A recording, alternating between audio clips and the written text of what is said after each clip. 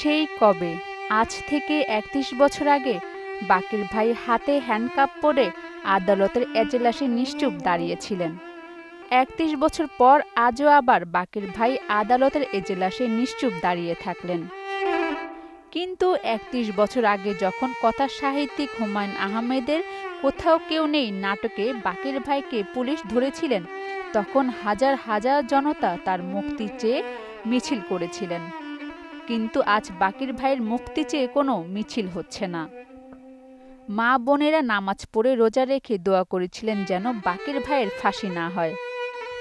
তাই তো নাটকের নাম কোথাও কেউ নেই থাকার পরেও যেন পুরো দেশের মানুষই ছিল বাকের ভাইয়ের পাশে, আন্দোলন করেছিল তার মুক্তির জন্য। হাজার হাজার চিঠি লেখা হয়েছিল হুমায়ূন আহমেদকে, শত শত টেলিফোনও করা হয়েছিল।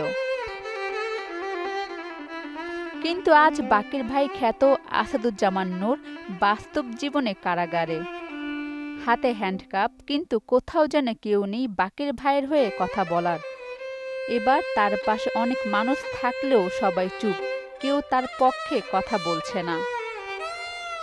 ৩১ বছর আগের কোথাও কেউ নেই নাটকের বাস্তবায়ন বোধহয় বাকের ভাইয়ের জীবনে এখন ঘটল। নাট্য অভিনেতা হিসেবে খ্যাতিমান আসাদুজ্জামান নূর ২০০১ সালে প্রথম আওয়ামী লীগের মনোনয়নে সংসদ সদস্য নির্বাচিত হন। হাসিনা সরকারের তৃতীয় মন্ত্রিসভায় তিনি সংস্কৃতি মন্ত্রী হিসেবে দায়িত্ব পালন করেন।